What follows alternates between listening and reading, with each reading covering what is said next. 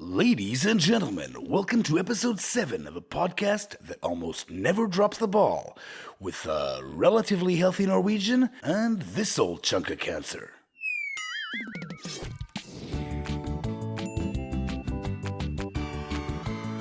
That is funny, Joe. Your opener is funny. Thank you, Andreas. You're too kind. They pay me a lot of money to be kind to cancer patients. It was meant to be a tribute, a little bit. A tribute to a certain legend. Well, yes, because the world lost a legend, I guess, last week or 2 weeks ago, depending on when we actually publish this. A Canadian master. Most definitely. Master of comedy, one of my favorites for as long as I can remember, the great Norm Macdonald. And he died from cancer. He did after having a cancer fight for 9 years and never basically telling anybody. Which is interesting because you kept your cancer secret for about 9 seconds. That's true. And I saw all of Norm's friends and people who loved him was like, why didn't he say anything? We would have loved to tell him that he was brilliant and all that stuff. But he felt that the cancer would overshadow his comedy and his humor. Yeah, I think he was a purist. He just wanted the comedy to speak 100% for itself and not come from somewhere else. And in your case, the cancer is the first funny thing that has happened to you in years. That's true. That's the funniest thing I met since you. This makes no sense. The reason why we're sort of stumbling on our words and being all moronic this morning is because this is this morning. This is the first time we've ever recorded in the morning. It's the first time we've ever met in the morning, isn't it? Oh, no, we went to school together. We did. I forgot about that. This is true, Anne-Marie. But it is funny because Norm does have a few bits about cancer over the years in his comedy. Not his cancer, but just cancer in general. I always liked this thing where he's talking about you battle the cancer and somebody loses to cancer. He says, no, if you die, it's a draw because the cancer died too. What is interesting is that Norm said on many occasions that he had a crippling fear of death. I mean, this was his biggest fear, and he just died. That makes it anticlimactic. He should have made some comedy about it. I guess at least he's not scared anymore. That's true. But, I mean, remember when David Bowie released his album about sort of crossing over to the next whatever it was, and then he died like 5 minutes later? That was like artistically beautiful. Absolutely. So Norm should have had like a countdown thing saying, I'm really scared of dying, but this will probably be funny. And so I should prepare an album just in case also? You can. Well, he's 21 years older than you. He was 61 when he passed. I plan on having you here for another at least 60 years because I want 100 years of comedy out of this old chunk of coal. That sounds like a plan, my friend. Rest in peace, Norm Macdonald. It was very sad. We lose a lot of people to cancer these days. And he really is. He's not that well known necessarily in Switzerland or in French because he had a very particular humor, but he was, in my opinion, the best. Indeed. Now, we've reached episode 7. I have forgotten to Google what that is in the hepta. Just say it in Norwegian. Syvende episode. There we go. That sounds sexy. That's funny. Speaking of that's funny, apparently we say that's funny quite a lot. Well, that's because you keep being funny. I can't help it. That's funny. No, that's true. Sorry, I was wrong. That's true. That's what we say. That is true. We do say that. That is true. I realized listening to the episode that I did say absolutely a lot less frequently than I had, but I just said exactly instead, basically. So what's the word this week? I will just try to not use any word more than like 12 times. We also got quite a lot of feedback again, and more moron comments. I don't mean moronic comments by moronic people watching us. That's not at all. Comments about the word moron. Yes. Enlighten us about some moronic details of the world. Well, we had already talked about the University of Moron and the Tower of Morons, and I found that in Spain there's the Moron Air Base, and there's a moron in Cuba, and there's morons in South America. There's really, as one would expect, I guess, morons all around the world. It is indeed. There's cities, towns, municipalities. Is that how you pronounce it? Yeah, that's about right. And more and more YouTubers are telling us we need a linguist on the show. This is true. Because this is more... Damn it! This is turning into... We forget to talk about cancer. We're just searching for the meaning of words. That's true. The last one is that moron means carrot. Yes, in Welsh. In Welsh. But it's probably pronounced with like 28 consonants. Which is have a carrot. That's about right. I also had some interactions, not just on the YouTube, but I was on Reddit this week. And I was quite happy with this, although it's a bit gruesome what I'm about to tell you. I went on Reddit, and there's a subreddit for everything. And so there's one for testicular cancer. And on there's a guy who posted a photo of his testicle and tumor, or lefty as he called it, which had just been removed, looking pretty big and bloody and like sort of gross. And so my first reaction, I immediately answered him, wrote him back and said, "Wow, did you get to keep it? I forgot to ask, so I've got friends who have to make me one now." And he answered pretty quickly and thought that was pretty funny. He said no, he didn't get to keep it, obviously, because they had to biopsy it and cut it up. So I asked him, "Do you mind if I send a picture of Lefty as a reference photo for them, because they didn't really have anything?" So he said, "Sure, as long as I make sure to send him a picture of the result so he can see how his testicle was sort of immortalized." Although we're not going to try and create his testicle, just to get inspired. I sent on this picture to my friend in Prosthetics. I said, "Hey, this is what a testicle looks like." She was thrilled. But good thing I did, because she had started working on a prosthetic testicles, but she was going to do it with the scrotum. Ah, okay. Because she thought it'd be fun to put the hairs in it and whatever and have that. The thing is, I still have a scrotum. Good for you, Joe. And I want it to look on my shelf like something they could have taken out. The picture you showed me, the lefty, looked pretty swollen. I think it was 6 centimeters, the size of the tumor on that one. It reminded me of every time you watch a cooking show and they're like, "Today we're working with bull testicles." That's about right. But an important question, I don't know if we've ever talked about this, is it your left or your right that had to disappear? Lefty is gone. Lefty is now plastic fantastic, and righty is still chugging along. Righty is right. Is there anything else we messed up that we have to address based on comments from YouTube? Probably, but we probably got stuff wrong again. I don't think too many huge mistakes this time. This is true. Damn it. It's really hard not to say this is true. Correct. That was a setup and you avoided it. I applaud you, my friend. It's like comedians, because comedians can't always laugh at other comedians, so they always say that's funny. So we're comedians now? In theory, yeah. Do you have to be funny to be a comedian? Not necessarily. There's a lot of comedians out there who are not funny. That's true. So apparently, this is fun times, because if everything goes well, this has been your last week of chemo. More or less, yeah. So the chemo, as we said at the beginning, it's 4 rounds, each round lasting 3 weeks. And then I have 2 more shots. So I just finished the 4th and final full week. I still have to go in tomorrow and next Tuesday to get the bleomycin, it's called, the B in the BEP. But other than that, it was my 4th and final full week in the oncology ward. Was the 4 rounds like 4 rounds of boxing? Like, was it harder for each round? Tiny bit, but not really. But I have been getting a few more side effects and feeling a little more tired. You have the hiccups or some sort of belching, gulping. Yeah, sorry, that wasn't planned. But I do have some kind of thing, it's hard to explain. It sort of comes and goes, a mixture between a hiccup and a belch with a little sprinkling of heartburn. So is it the acid reflux with the belly burn? Basically, it's something like that. It's hard to exactly put into words, but I'll suddenly feel that I've got to sort of go, like, a painful hiccup you sometimes get when you have those ones that really go, and you feel them in your chest. It's sort of that, but slower, and I feel them coming longer. Does it happen more regularly on an empty stomach, or is there no difference? No real difference that I've managed to see. Yesterday it sort of started, and then I ate, and then it continued. Do you get like a yucky taste in your mouth every time it happens? No, not particularly, but I sort of have had for the past few days that yucky metallic taste in my mouth anyway, even when I'm not hiccuping. The sucking on battery thing? Yeah, that kind of thing.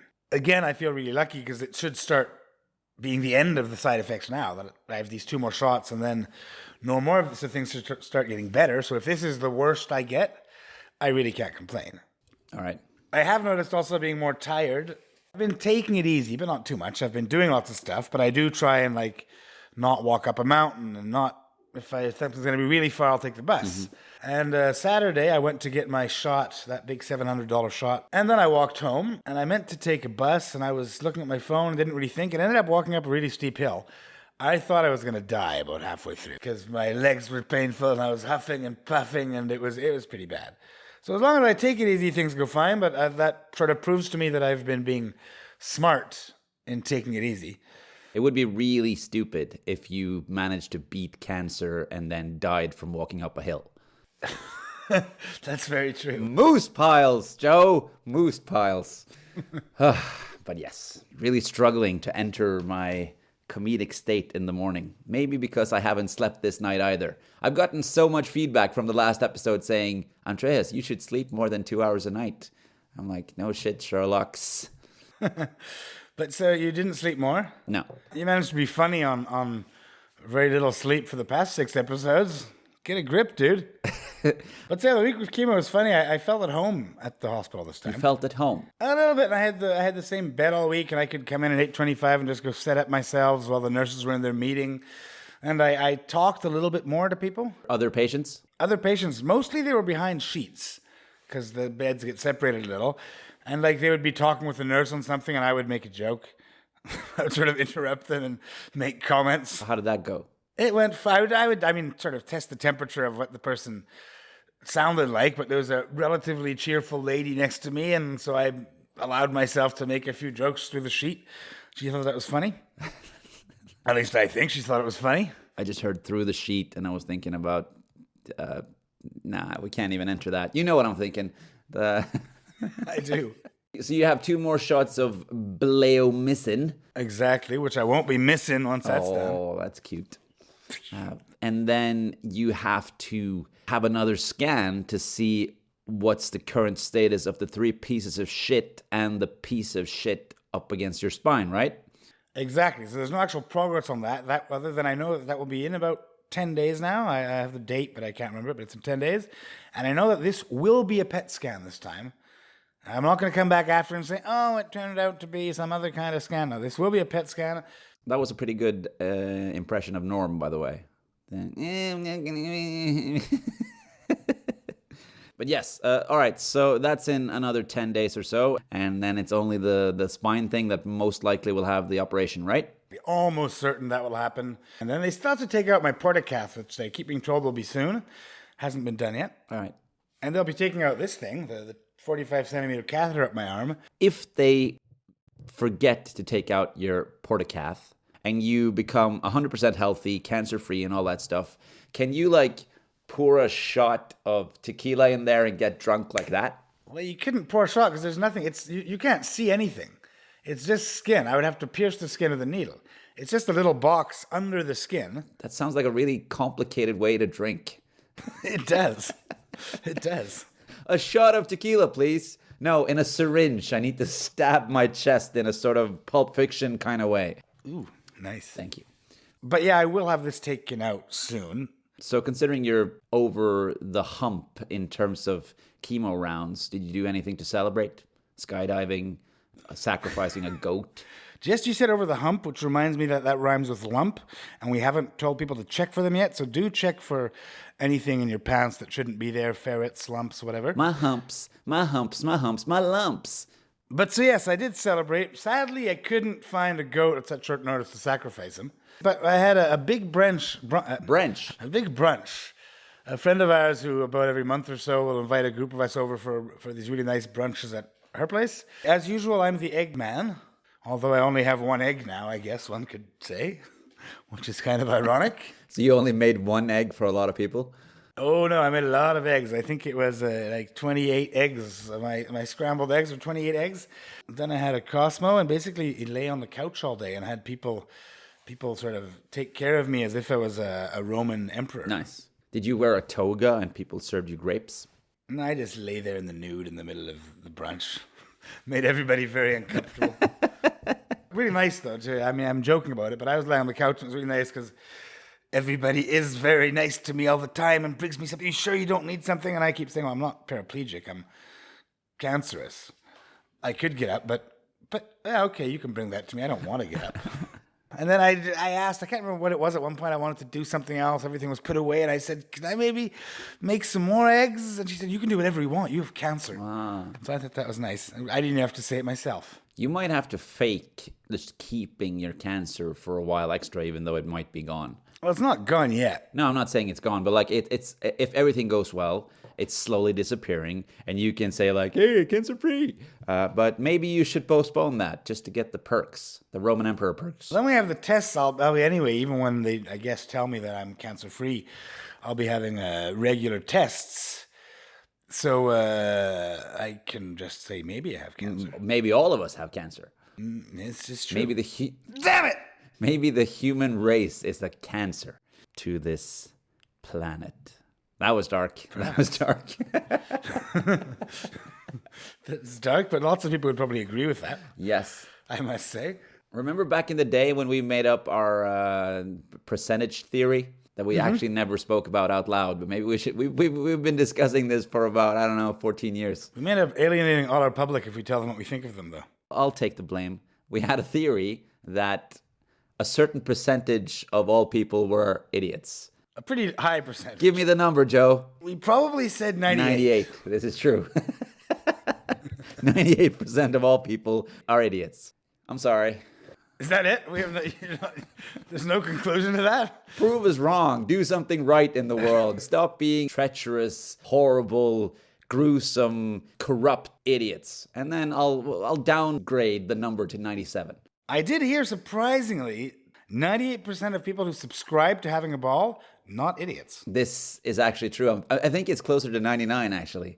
It's getting there. It'll probably be 100 if you click. Oh, this is blatant, disgusting behavior, and I applaud it. The one other nice thing I thought was quite funny at the hospital, one of the nurses came and told me she had been speaking to another patient in another room, a younger patient, no idea who. I imagined he must have been in his 20s or something.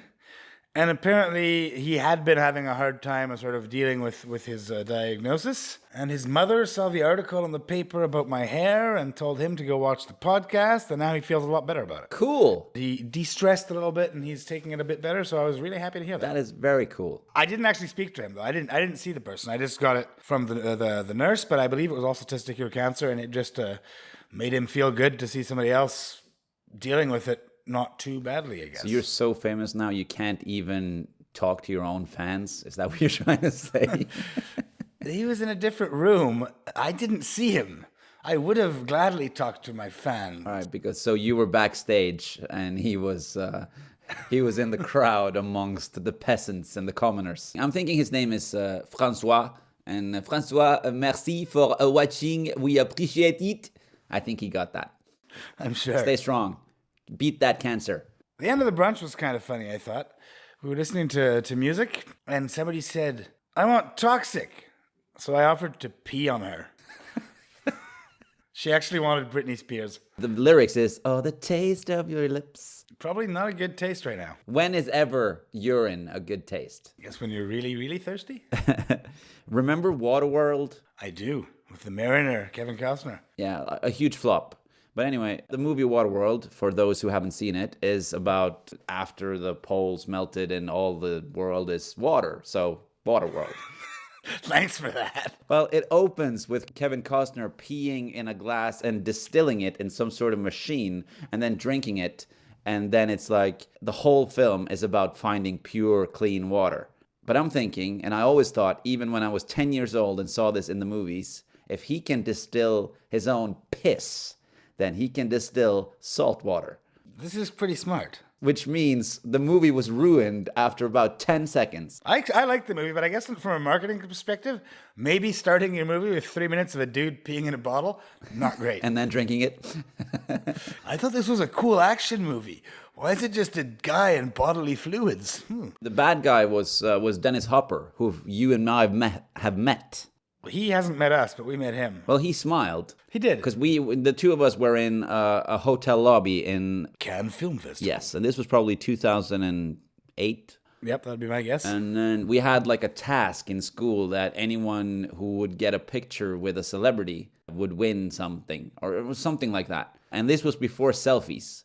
In this hotel lobby, we met two famous people, Spike Lee, and I approached him wearing a tux, and he wore a leather jacket. And I said, hello, Mr. Lee. Can I please have a picture with you? And he just looked me up and down and turned to the left. And we've discussed a number of times I should have said, Spike, do the right thing. That would have been perfect. But I didn't. That is the biggest regret of my life. And then we met Dennis Hopper, and I was like, Mr. Hopper, sir, can I please have a photo with you? And then this huge bear of a bodyguard just lifted me up, broke me like a twig, threw me in the ocean, and that was it. It was very cool that when we met Dennis Hopper, he was on the phone, though. We first saw him in the lobby on the phone, Yes. and we both had the same thought. Pop quiz hotshot. It is funny, speaking of media and TV stuff, I have had people that have been suggesting to me, like, ooh, you should watch this documentary about cancer. You should read this book about cancer. You should watch this movie about cancer. I don't. I don't want to watch 100 documentaries about cancer. I'm sure there are some thrilling ones and interesting ones, but I don't. But funnily enough, I have been noticing cancer and tumors, it seems, in every other thing I watch. Okay. Like I watched a show called The White Lotus a couple of weeks ago. Excellent show. The first episode is basically Steve Zahn going crazy about his balls because he thinks he might have testicular cancer. And then I watched, the day before yesterday, I watched a movie. I would not say it's the best movie I've seen recently. A movie by Shyamalan, M. Night Shyamalan, who's made a few brilliant movies. 2, but yeah. And he's made a few less than brilliant movies. Millions, yes. This is more closer to that category, I would say. Old. Have you not seen it? I have not. Old. So they're on an island, and I don't know. I won't try and spoil anything, but basically people stuck on a beach, and aging process is going faster, so everything happens faster.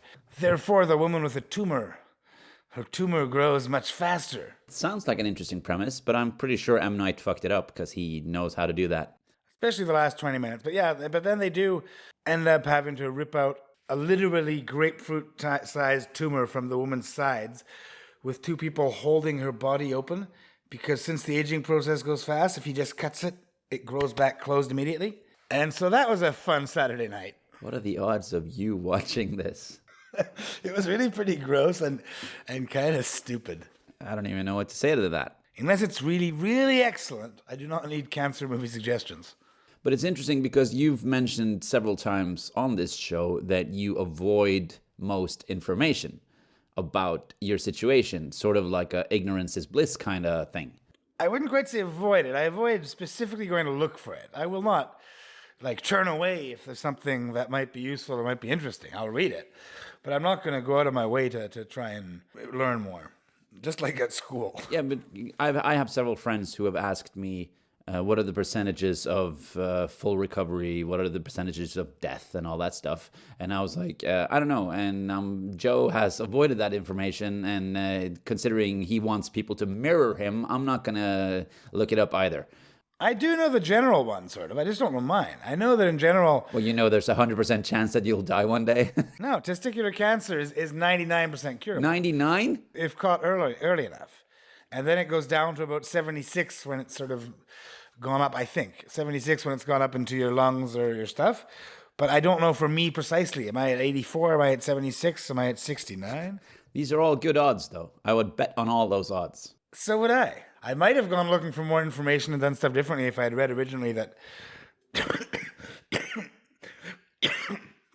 Sorry. Originally, I might have looked for more information if the odds had been 3%. Maybe I would have taken things differently and said, oh, there might be a different approach here.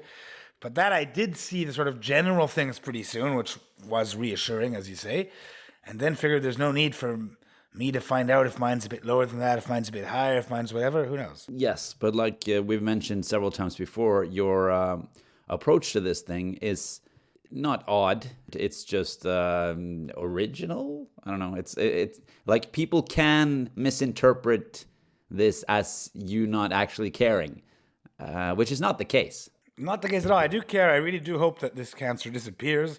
The sooner the better. That's true. I'd love to do a podcast on I don't know, cooking with you instead of this. Bull testicles? No, that'd be the one thing we don't cook. But yeah, I would love to do something else or not talk about this all the time. But this is the situation I'm in, and so So we're planting an idea now. When Joe is cancer-free, we're making the best cooking or traveling or food show ever made on Netflix next fall. I will try to lure in animal balls in all dishes to see if it pisses Joe off. Also, we will get to the bottom of how to distill urine in a tasty way. I look forward to that. Or do I? It's got a certain twang. It's like that old Austin Powers thing where the coffee tastes like shit. This tastes like shit. It is shit, Austin. Oh, so it's not just me. It's a pretty good Austin. So you have something very exciting coming up today, or days ago when people listen to this, but today you're doing something very cool. Well, yeah, it's not just it's not for pleasure that we decided to wake up early and record this before our eyes are completely open. I never wake up for pleasure. I wake up praying for death. My own, that is, not yours. Thank you. But yeah, today I'm going off to another radio interview on the RTS, which is the big national Swiss radio station. And I've been invited to a show where you talk for an hour with somebody else. Behind a sheet? Not that I know of. I think we'll just be like across from each other, I imagine. Will it be like a glass thingy? I don't know how they've done for COVID stuff. Maybe not. This guy that I'll be talking to is an immunologist, so maybe he'll have made them put a COVID barrier around himself to stay safe. I don't know. But so I'll be spending an hour talking with him about cancer, but not only. It's really a show that I think they want you to just talk about stuff. Two different people talking about things. Is this live? It's live, yep. An hour live. So if you all of a sudden start talking about something completely different, will anyone stop you? Well, yes, because there's a moderator also to sort of guide the conversation. And she's spoken to both of us outside of before being live, and she's got information, so she's going to sort of tweak the show. So I don't know. We'll see. And this is obviously in French. In French, exactly. And then the day after, there's an article in the Illustré, which we'd seen the photographer a couple of episodes ago was doing pictures of me while we recorded. It was supposed to be last week, but then Jean-Paul Belmondo died, so I was bumped. French actor, right? Exactly. French legend actor for the French. I've seen very few of his movies. But yeah, apparently the death of a French legendary actor is more important than just a guy who's like, I have cancer. So what killed Monsieur Belmond? I think being old. Yeah, that helps. Basically, and I think he had health problems for the past 20 years. I was actually 100% sure that he died like 20 years ago. When I found out he was dead, I was like, why is everybody talking about him on Facebook today?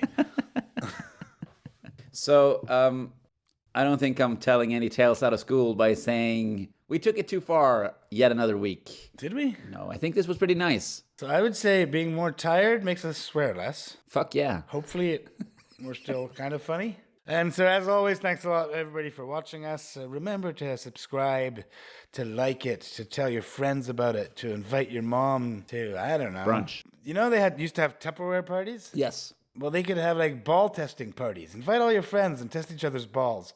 Make a weekend of it. This has gone off the rails. I think so. And back in 10 days, hopefully with maybe some information about the next PET scan. Yes, that would be awesome. So thank you, everyone. And thank you, Joseph Barnes. I don't know if anybody's still here. I think they are. Thank you, Andreas. See ya. Ayo.